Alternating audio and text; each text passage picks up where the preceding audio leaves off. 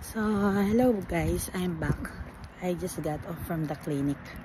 So, it's raining here at the clinic's parking lot. Let's do a 360 guys.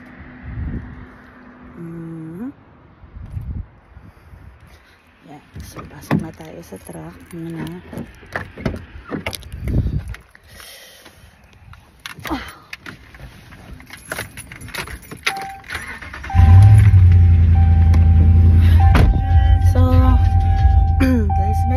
Lang pala siya guys, yung first adjustment ko.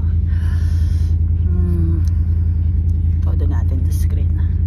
Okay, there.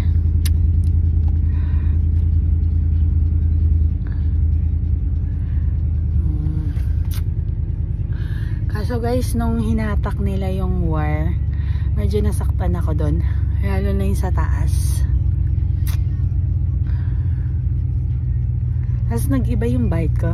Hindi ko alam kung hindi, sensitive pa rin siya. Saan kaya ako makakanguya niyan guys? Hindi ko alam kung saan ako makakanguya. So we'll see. We're gonna try it later. Kasi last time guys, dito ako nakakanguya. This side. So i-chuchu ko lang ng konti para mabit ko siya into pieces yung food para malunok ko. So ngayon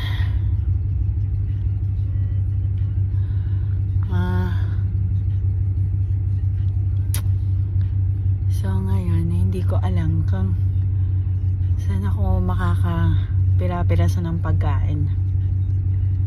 Kung dito ba actually hindi, dito naman siya sensitive dito. Dati kasi guys dito sa center ngayon dito siya masakit guys.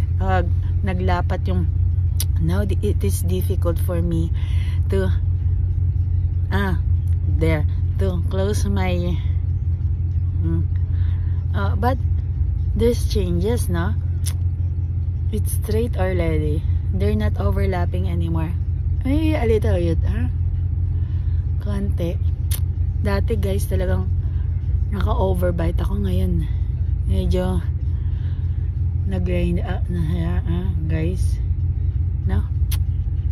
Yes, now it's hard for me to close my teeth here.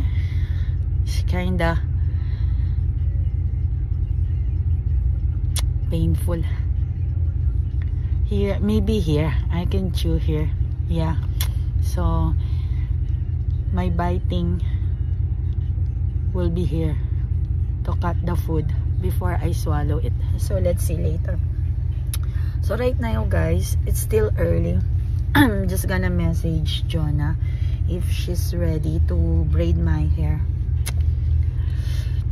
For now, I'm just gonna buy the blueberries and strawberries. Okay guys, thank you for watching. See you later.